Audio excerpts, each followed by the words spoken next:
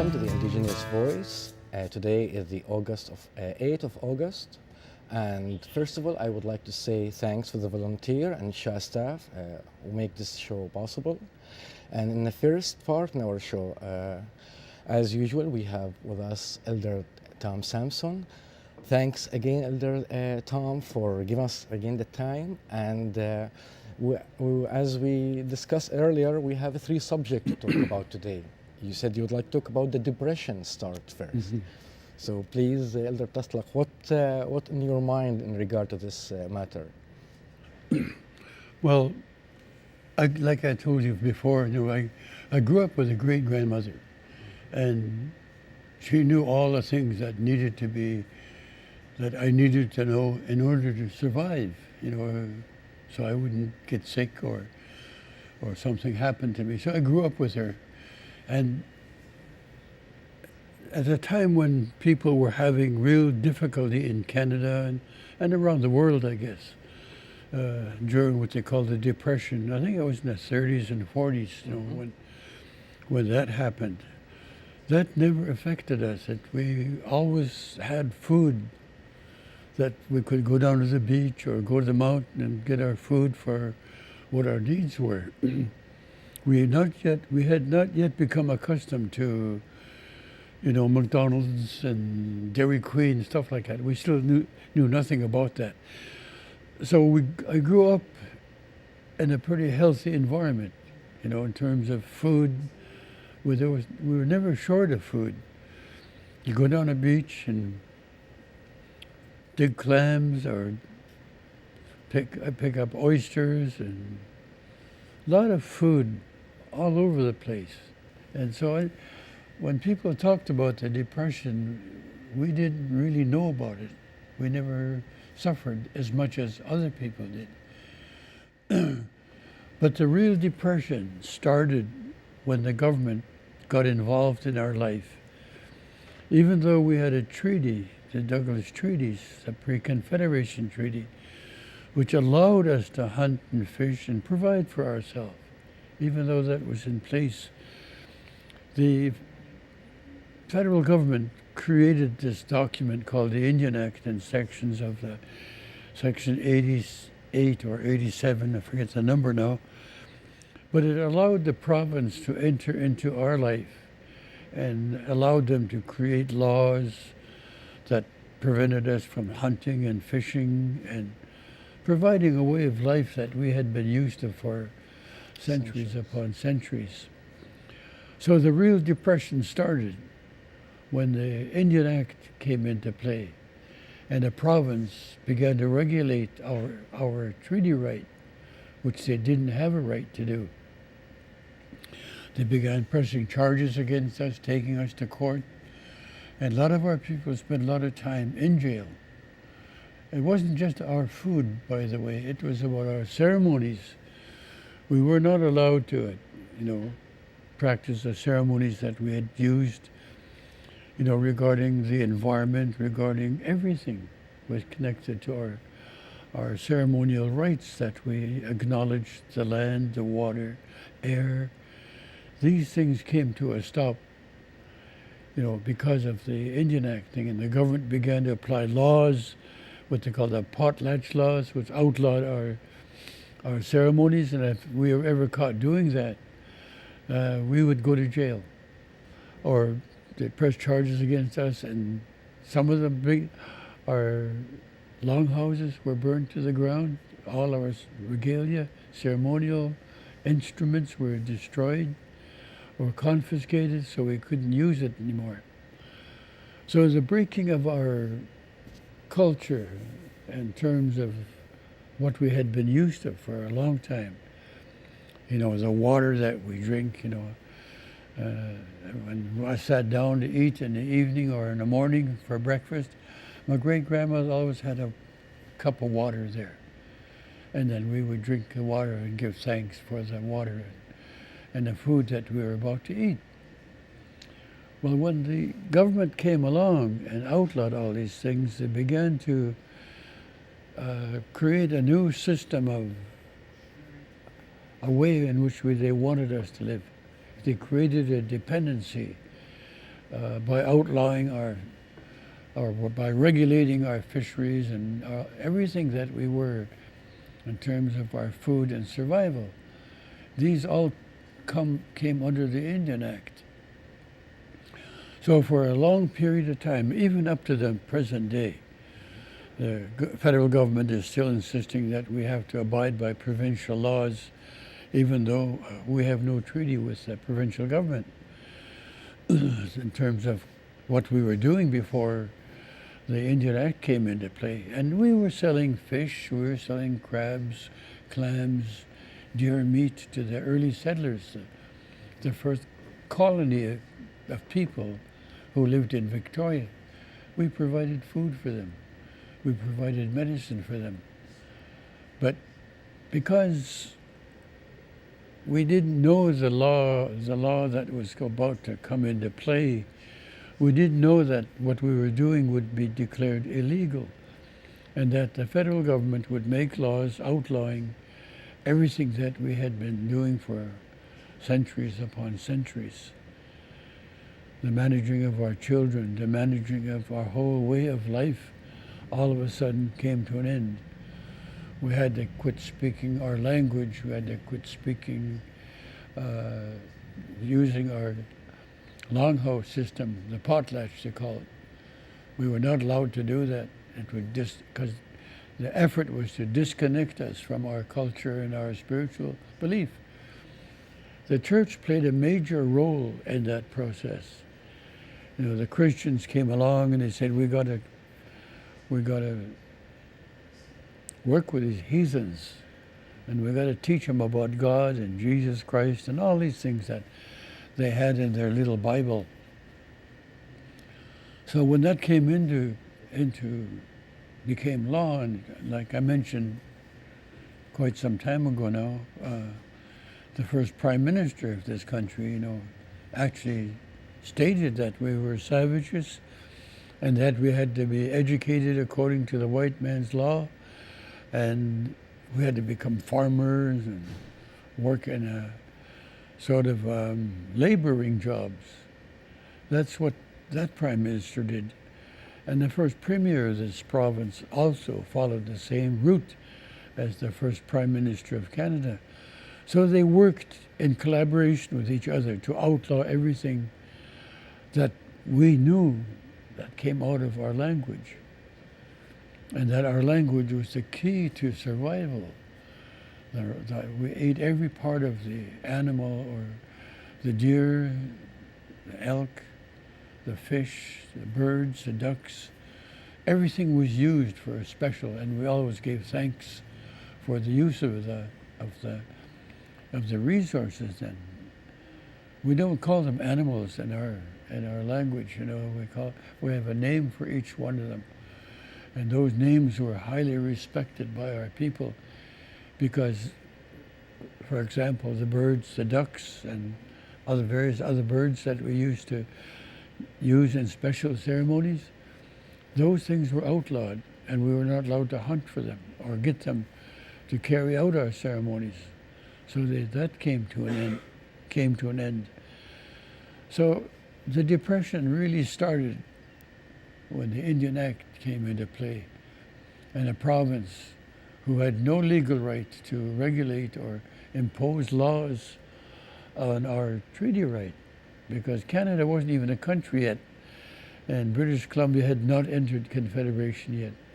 But when they came into power, they decided that they would change the rules of our treaty, our agreement and the treaty right. So all this time, people were suffering, the colonizers were suffering, they were starving, they had no food and they had nothing. But we provided food for them. The guy used to come to our village in his car or truck. All the immigrants, the Chinese people would get there and they'd want something from us, crabs, clams, whatever they could get, and we would trade with them for fruit and vegetables that we had never eaten the kind of vegetables that we have now, but they were willing to give it to us in exchange for food that they needed. And it was a great arrangement for us. We come to like the Chinese people and the other immigrants who were prepared to buy food from us and ask us for hunting. Exactly, that's what I was going to ask. Also, you taught them how to deal fishing, gathering food, not just giving them food or trade with them. Also, Well, we educated them. Mhm. We taught them about where was a certain kind of fish when they were coming in certain time of the year, because they didn't know. You know, they were totally dependent on somebody to provide food for them. And once they learned about this food and the kind of resources that was available to us for thousands of years, they wanted it, and they took it away from us. They took away our fishing right, our hunting right, our ceremonies, because it didn't fit in with the beliefs of the colonizer, the Christians, and the government of that time. So this transition then from what we knew in the beginning was all becoming outlawed. It was not legal anymore. Even up until a few years ago, my mother and her friends would go clam digging, and the fishery officer would be there, and he said, "You're only allowed 4 clams per person." So if there was 10 of us in our family, we were allowed 40 clams. If we were anything, even the fish was the same. They regulated. They said, "You don't need any more than," well, they tried to tell us, you got to eat the same way we do. You don't need to eat fish all the time. You can have meat. We'll sell you meat, cows and sheep and things that they had brought to this country. So we're moving towards introducing the kind of lifestyle that we had never seen before. Diet you don't know. So, and we needed to have money, and we never had money to pay for the food that they were selling to us now. But when we were in charge, we were giving it to them. They got it free. And then they, to some degree, they kind of felt guilty, I guess, so we would barter with them. They'd exchange for vegetables, fruit, oranges, apples, bananas, stuff like that. So during this time then, this time of depression, we never knew what that was, and until the Indian Act came into play, until the governments began to regulate our lives, even to the language we speak, to the food that our children had to have, milk. I didn't drink milk when I was growing up. I never had fresh milk. The only milk I got, I guess, was from my mother when I was a little guy, a baby. And I got fresh milk from my mother. But prior to that, there was we saw canned milk. They were trying to sell it to us, and we weren't good at buying canned milk because we didn't have fridges then. So the canned milk would last maybe, in the summertime especially, might last one day and it would go sour, or it would get, jelly, turn into jelly. So we weren't good at being domesticated into the kind of life that was now expected of us. We had a very difficult time making that adjustment. And then we became poor. Then we became hungry. Then we started hunting and fishing. And when we did that, we would get press charges against us. The Migratory Birds Act, the Fisheries Act, the conservation officers were all over the place. Even when my sons were growing up, we go hunting elk, and the non-Indians didn't like us getting elk, and they wanted us to hunt during the hunting season. And we said, no, we need that now. And they said, well, how do you know you need it? Well, that tree tells us so. That bush over there tells us it's time to hunt. So everything told us when it was time to eat the right kind of food. The deer, for example, there's a certain bush that turns, it sort of starts out white and turns yellow and then turns fully brown, golden brown. That's when it's time to hunt for the deer. Or any animal, that fur-bearing animals. So we knew that what the law was in terms of regulating our own hunting and fishing rates. We knew how that worked. The tides, we knew when the tide was going to be coming in. We knew what fish was going to be coming through our territory in a certain time of the year. Governments didn't know that, and they still don't know. That's why they have this fishing fleets now, that go out in the ocean and literally devastate the salmon that's coming this way. Salmon, herring. That's why we're running out of those resources now, because it's not managed in a way that's relevant to the territory that it's going to go to. Come here through the fish used to come right by our back door, we used to say. The sockeye, the cohos, spring salmon, everything had a timetable, and we had to know that because it was time to eat a certain kind of food. So we never had a depression. We really didn't know what that meant. And yet, from what I understand when I read history, a lot of people, not only here in Canada, British Columbia, but around the world were committing suicide because the depression that they had they didn't know how to manage it or handle it. So, and they were so dependent on money. The banks and everything else, like mortgages and buying food, they couldn't buy it anymore because they didn't have any jobs. So the depression hit them because they couldn't go to the grocery store and buy food. Us, we just walked down the beach, go to the mountain and get our food. In this time of the year, the berries are all there. Some of our families would dry those berries, put them away for the winter. Everything was done in order to survive. So when this regulating of our lives, the apartheid system of government, the federal government and the province,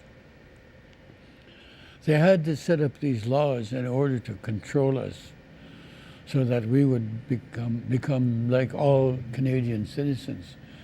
It's time to go hunting in the fall. And we say that's the wrong time because that's when the deer and are coming together with them for a mating season. And then they kill the female and the male deer during the months of September, October, when the deer are coming together to bring more deer into the world. So they really do things backwards, the hunting season. And it wasn't only about hunting, it's become a sport, a game. The hunting for trophy hunters. These people literally devastated the resources because they had the money to buy the licenses to hunt. It's coming back to the word consumerism, always coming back to my mind. It's changing a human from its natural relationship with the environment to become only a consumer. And while you're talking about that, Elder Tom, I just keep remembering the Inuit.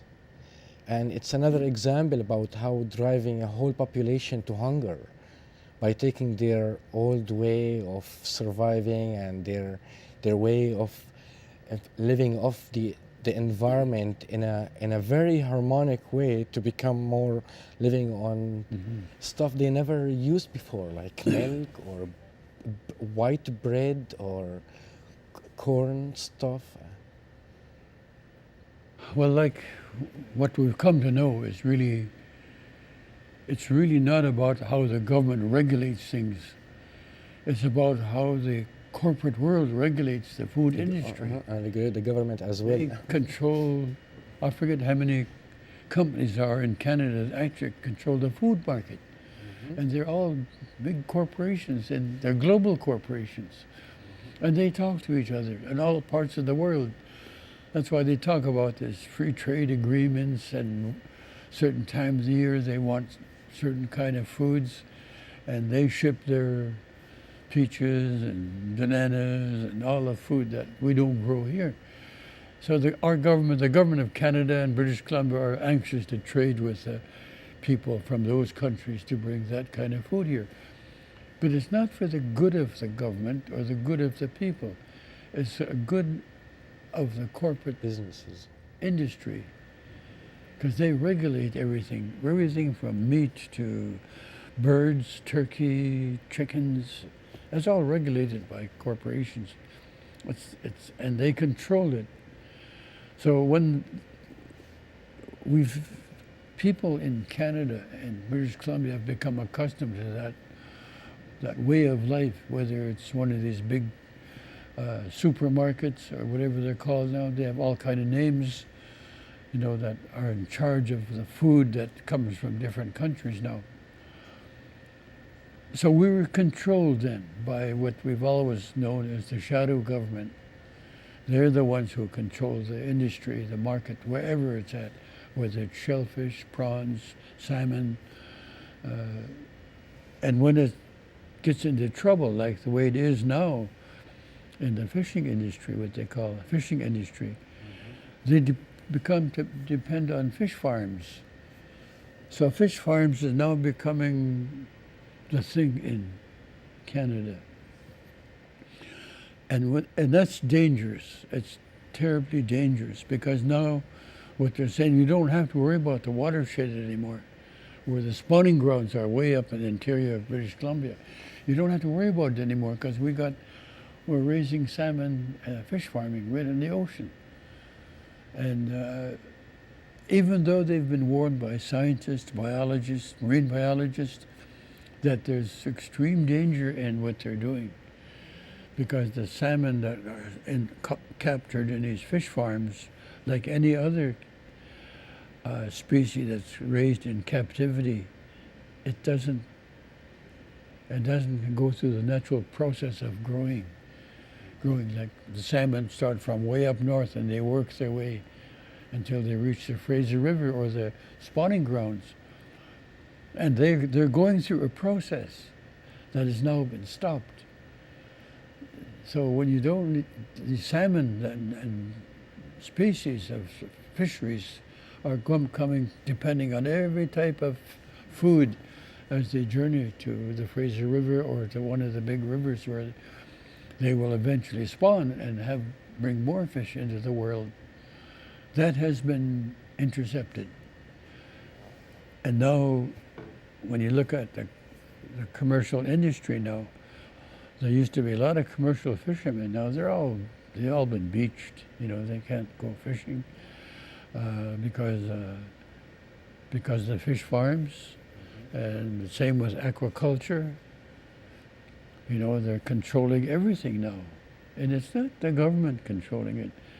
The government tries to regulate it, but when the politicians need money, they go to the corporations that say, okay, make a donation to our government and we'll think highly of you at election time if you support us. And that's the way it's working now.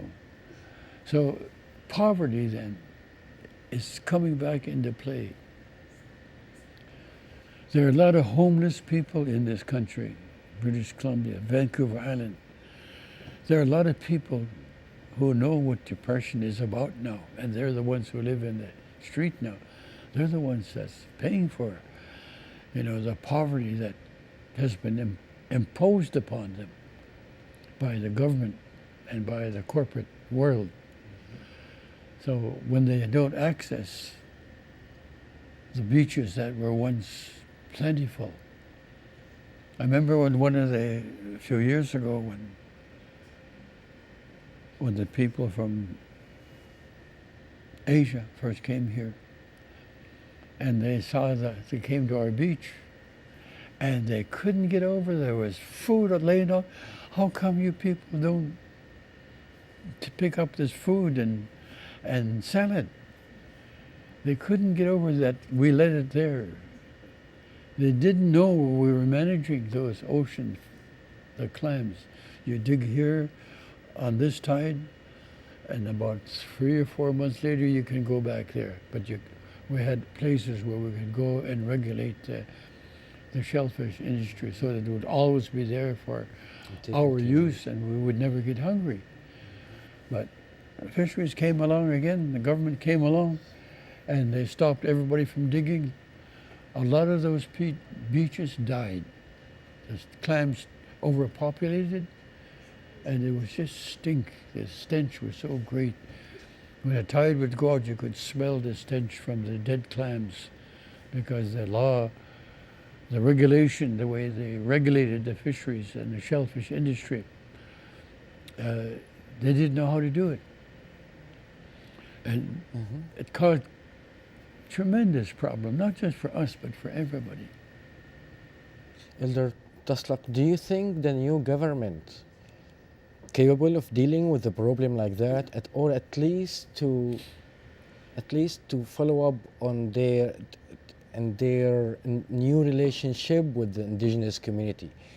So what do you think about the new government? Can handle these issues? Well, you know, it isn't just about the government and corporations now. It's about us now, the people, us who've been educated, and they want us to think like everybody else. But we can't. I know I've really struggled with it in my lifetime, because I try to take my grandchildren, great-grandchildren, down to the beach and show them the different kind of clams and the taste of it. They say, no, you got to cook it. No, you don't have to. Because we're able to eat raw clams, and it tastes sweet, tastes good. We're able to eat sea urchins, you know, and you crack it open and their quills are still going like that, and you eat it right out of the shell. Because it's medicine. Medicine that helps the human body, helps our digestive system, helps our appetite. That's what we were told when we were children, and that's what we live by. Now today, you gotta go to a drugstore and you gotta buy different kind of pills so you can rebuild your appetite. Which has a lot of many side effects, which need another bills for it. So a lot of our people then got extremely sick, and people died by the thousands because they were not able to look after themselves anymore the way they were taught. And I think this is where we are again. We're at a place, I think, in history where it's not only us humans that are suffering now. You know, the whales of every kind, the sea lions, and everything that's in the ocean, the cod, lingcod, rock cod, are all dependent on the mussels that are at the bottom of the ocean that they feed on. Well, that's gone now. It's disappearing. So these creatures, they call them, the seals, the sea lions, are dying, and they're overpopulating, and they're starving to death. You know, every day there's some place in the world the whales are beaching themselves. They can't eat. There's nothing, no food for them to eat. So the government regulation is causing depression in the ocean as well as on land. They've depressed everything around them, all for the sake of money, the corporate world again. They're probably getting tired of me hearing me. No, absolutely not, Elder Tsartlip. You are saying exactly things how they are. But I think if we educate, you know, the education of the schools where our children go, you know, I always remember my late grandson. He was the oldest of my grandsons. He would have been 35 now. And one day he got home from school and He says, Grandpa, there's a friend of mine who wants to come and have supper with us. And I said, who is he? He's a white boy. And I said, well, what's his name? He says, he'll tell you if it's okay to come and have supper. So I told Audrey, my wife, that grandson wants to bring his little white friend to come have supper with us. Oh, well, we're having fish heads for supper tomorrow. So we told our grandson, oh, that's good. I like fish heads.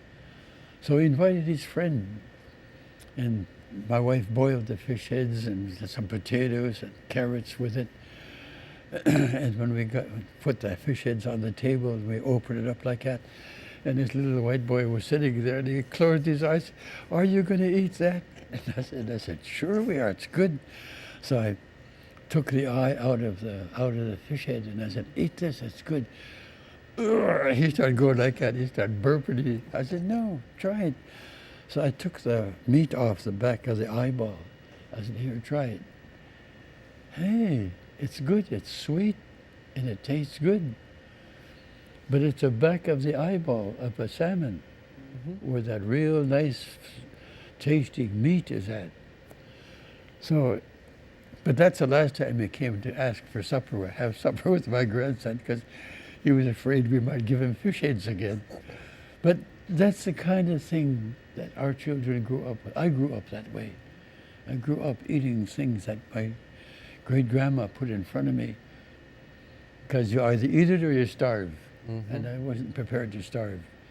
And I learned how to like it, every part of the fish. You know, the inside of the scale of the fish, the fat, the jelly. It looks like white lard, you know.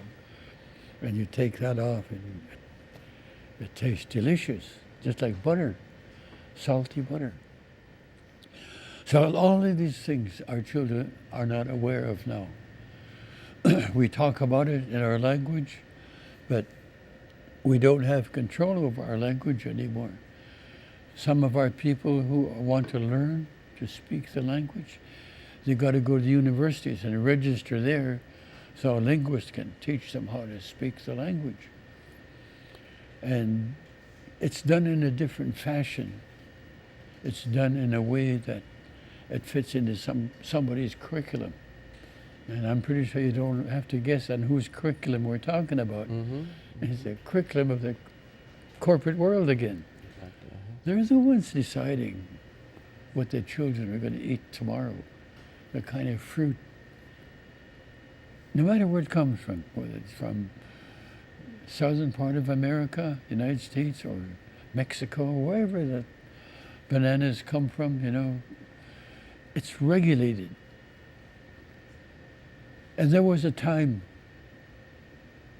when I was a boy, and we ate strawberries the size of my fingernail, and there was a patch where we knew where the berries were, and my grandmother said, that's where you're going to get those real good berries.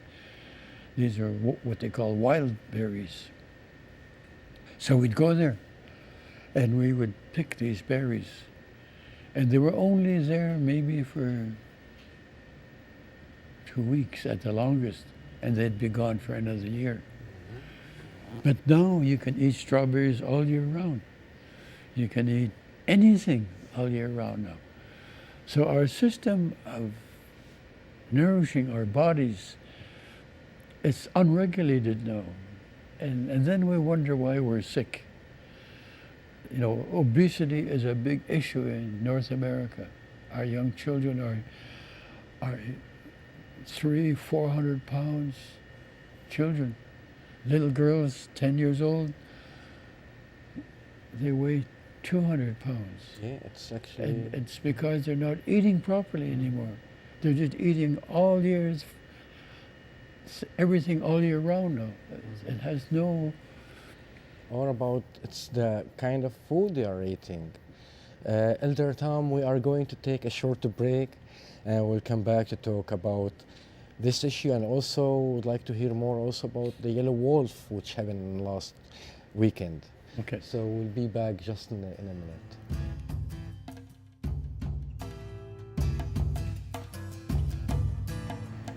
Welcome back to Indigenous Voice. We're continuing with Elder Tom Sampson, and we were going to talk about we were talking already about depression, and as you mentioned in the break about the food bank. But would you please, Elder Tom, tell us a little bit about the diet that the indigenous community used to have before their interaction with the colonial settlers? Well, the food bank, I guess, is something that was new to us. Welfare was before the food bank. Mm-hmm. Welfare checks, welfare vouchers. I grew up with a great grandmother, and it was a voucher. There was no food bank in my time. But it didn't take long for the food banks to move from a voucher to food banks. And it started during the Depression for the non-Indian people all over the world. But the food banks are, in some ways, I guess, helps the people who can't afford to buy food. So when the big grocery stores, Walmart, I think that Walmart had advertising one time, said to give all them food that would ordinarily be not bought, and it would end up in a food bank. So you get all kind of meat, different kind of food there, fruit. But when you look at it, it's maybe a couple of days before expiry date, and it ends up in a food bank. And really, I'm not against it. It's just that our people were not like that. We didn't grow up. There was no such thing as a food bank or depression when I was growing up. But today, when you look at it now, all the people from our village and all the villages around, they all end up at the food bank. And my own family, my grandson, my oldest son, he has lupus, so he's not able to work anymore. So they get a welfare check, but that doesn't go anywhere. You know, it's such a low thing. I think the people on living on reservation get around $230 some a month for groceries and clothing and whatever they need. So it doesn't help them. So what happens is they end up at the food bank. And it's the way we're growing up now. Our children are growing up with food bank survival. People not only here in British Columbia, Vancouver Island, but all over Canada. The people up northern part of Canada never had to worry about food. You know, the Dene, the Inuit, you know, they'd get a whale or a sea lion or something like that, and they cut it open, eat it right on the spot. That doesn't happen anymore because the food they were once used to has now been the mercury, different chemicals that are in the ocean now have literally poisoned the food supply that those people depended on. So the government has come up with its own, through the corporate world, said, okay, we'll donate food. Donate something that would ordinarily go to the garbage dump anyhow, I guess. You know, I'm not too sure about that. But one thing I do know, when it's bread or meat or different kind of fruit, when it's close to its expiry date, you can tell. You know, you can look. And sometimes they've taken expiry date off it, so you don't know what you're getting. So these kind of things, I think, are, you know, we have had to learn to live like that. And it's sad, not only for Indigenous people, but people who've got to eat food that they would not ordinarily eat. You know, we used to we'd get a deer, let it hang for a day or two, then we cut it and we eat fresh meat, not frozen meat. Shellfish, salmon, everything was fresh. We never knew anything about food that people, was outdated and was being thrown away. But that was exposed in northern part of Canada when the people from up there were going to garbage dump. The grandmothers, old people were going up there and sorting through the garbage dump to find food. And those people that were going there, they throw it away because it's going to be outdated, and then they get compensated for the food they throw away. The corporations get subsidized. So they charge these outrageous prices for food in isolated communities where a dozen eggs is about $7, $8 a dozen, maybe even more. But people, when their food has been contaminated and you can't eat it anymore, you have to settle for something. And that's what they're doing, for whatever they can get free, because welfare, social assistance doesn't go nowhere. It's just a dead-end street. And we have welfare administrators in all of our villages now. And they're the same as the federal government. They are the federal government because it's a federal government program. So social assistance then is what the government gives us to live on, the ones that live on welfare, or social assistance. So the economy of our people has been totally destroyed. Such a Some of our villages here in Vancouver Island, 80%, sometimes 100% social assistance, living on welfare, the whole community living in welfare, because they've been bankrupted.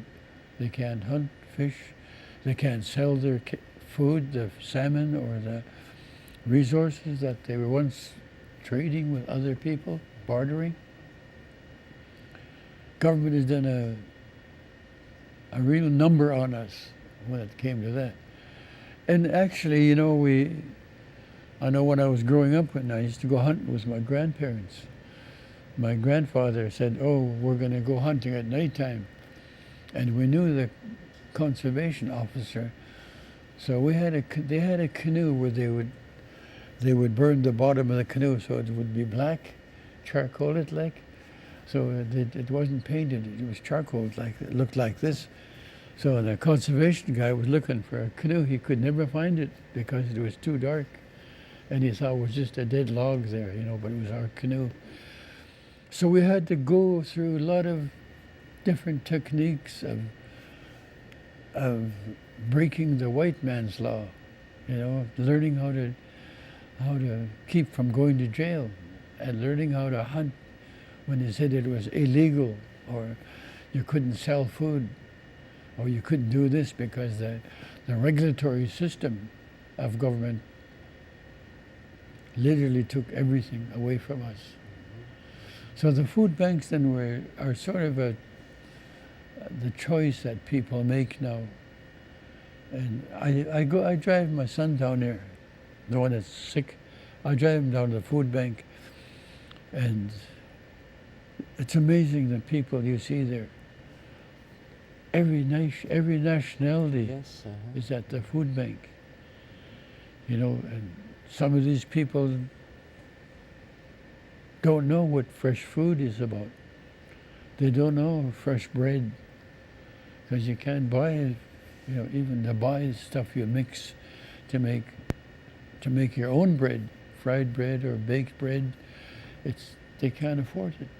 So I'd like to know, where the Indigenous community during the history have bread, or just this is a new things, bread?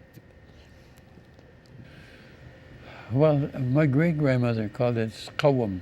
It means bread that's baked in an oven, and or in an open fire. And they put it up and they rolled it and they put it up where the heat's at, and it turns into bread. But we didn't have the mixtures that they put with bread now, like baking powder, whatever it's called. We didn't have lard. We had lard, but it was not from the store. It was from the deer fat or elk fat. my grandmother used to have a container about that, like so, and they just stuff all the fat from a deer, scrape and put in there, and when we wanted it, we just melt it down and use it for frying bread or use even for a dipping sauce. You know, I used to live on that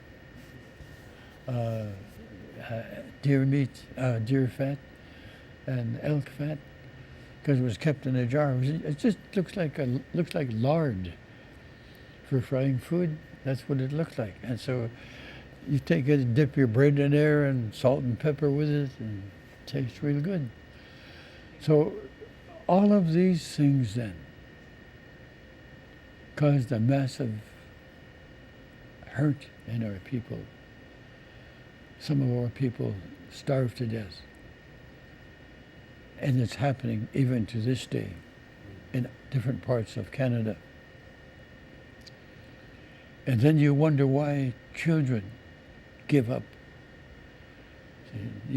They have a television set and they watch McDonald's, burgers, and every kind of food that they're never going to have because it's not there.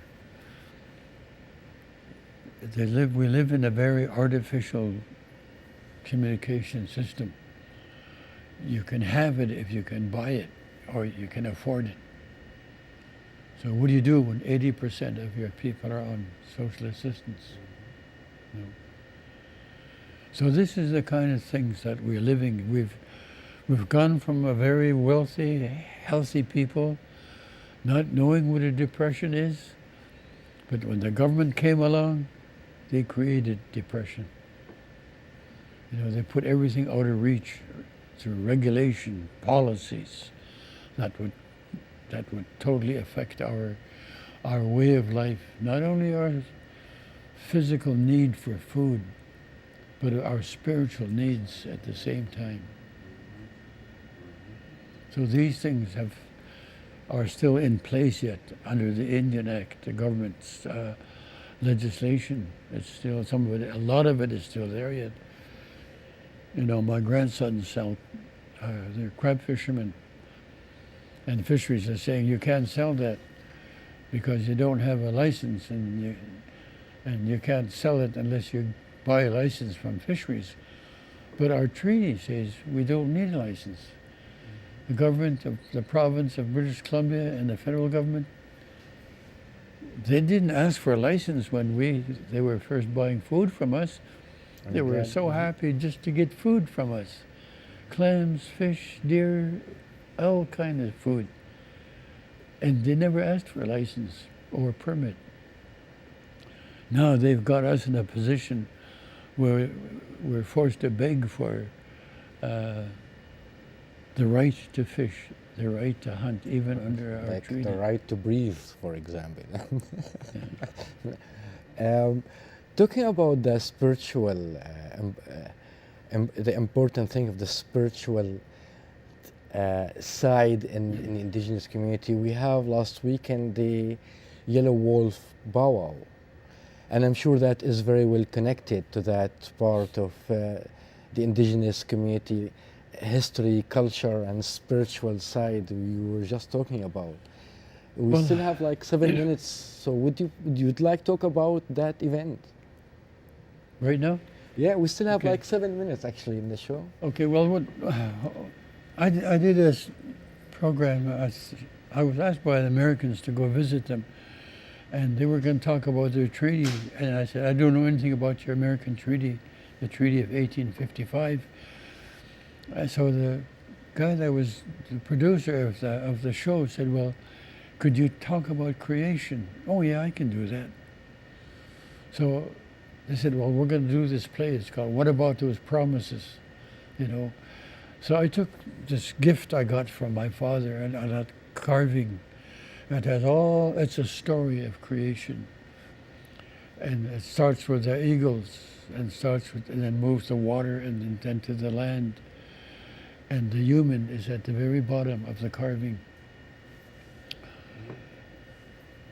When my father died, he gave this stuff to my mother. Says when my son gets old enough, or when he goes into the longhouse, give this to him.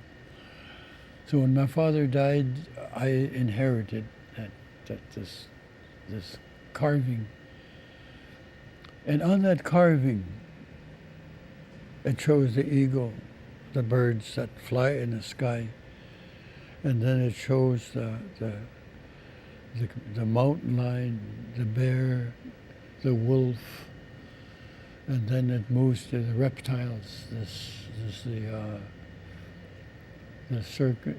serpent, and all these things are told before the human became part of it.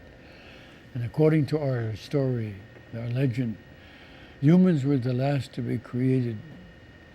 And because the humans were last, we had to learn from all of these first, what we call the first humans, first citizens. We had to learn from them. We had to learn about the ocean, where the killer whale and the sea lions. We had to know which one was a close friend and a close relative. Because in the ocean as well, there are some of those people out there are not friendly. And the sea lion is one of them. He's got a very bad temper, so we had to know to stay away from him, don't bother him. So when they told the story to us, the Creator said to our people, because you don't know who your relatives are, you're going to have to learn from them. You're going to have to watch them, what they do and how they can survive and live. So they tell the story then about the legend about the reptile, the one crawls along the ground, no legs, and they talk about him. And they say, this brother is going to always be here. Don't be afraid of him. He's become your friend. And some of them are found here on Vancouver Island, up in the northern part of the island. It was called a flying snake. They found it in one of the archaeological digs. And they asked me if I knew about that. I said, yeah, I know what it is. What does your language say about it? I said, well, it has a name. And it also has a song. Every one of these things have songs. And that's our spiritual connection to the serpent world. And then what about the bear? And what about the wolf and the mountain lion? They're all the same. We had to watch each one of these animals, they call, including the deer, the Smyth. He was kind of kind, too kind. That's why people take advantage of him. He's not wanted sometimes. But our people learned how to hunt and bring this deer home, Smyth we call it. And we learned that not only was the food that he has on his body good to eat, but we also learned that the skin, the fur, could be used for clothing and used for ceremonial gifts, like the drum and the hand drum, hand rattles, all made out of hide. And then when we talked about the bear, he's another relative he's okay, but he's also mean like the sea lion. He got a short temper. He get angry real quick, and you don't go near them. And don't go near their territory. Stay out of their territory. So we had to stay away from where we knew where the bear dens were, the mountain lion dens were at. We had to stay away from it. There used to be a mountain lion in my village. Every year, he showed up in the same place, same tree. He'd climb up there, and one of the elders were saying that lived not too far from that tree. He said, "Oh, the Tlachnich is here. The mountain lion is here." And he'd stay there for a few days, and he'd leave, and come back again another time. So we had this understanding of the relationship with what they call the animal world, and then the birds, and then the salmon. Sh'enuch. We had everything had a relationship with us. Sh'enuch is a word similar to Astelnuch, which means human being. So this Trénuch, the story they tell about that is they were humans at one time. Well, we still believe that. So our relationship then, each salmon has its own story. The chum salmon, the sockeye. The sockeye, in fact, came out of our language called saki. And the white man couldn't say saki, so he said sockeye. Sakai. Okay, we do have an Arabic letter ok, so I hope Sakai. Yeah. Yeah. Yeah. So so each one on this instrument, this gift from my father, tells this story. And you know, when I got asked about it, I said, "How are you going to do it?" I said, "I don't know yet. I'll go home, and I'll see what I can do." So I went to this gift from my father, and there the whole story was there. The birds, the ducks, the eagle, the raven. Every relationship then comes with its own gift. Mm-hmm. We call that the spiritual world. Elder Tom, actually we are out of time, Oh. but I saw many of these things in the Yellow Wolf event happened between the 4th and the 6th of August, and I want to say thanks a lot for all what he did there, for the invitation and for having us also, for inviting me to that great event. But we again are out of time, and thanks a lot for the time you are giving us every time. Thanks for inviting me. It's my duty. And thanks for watching today's show.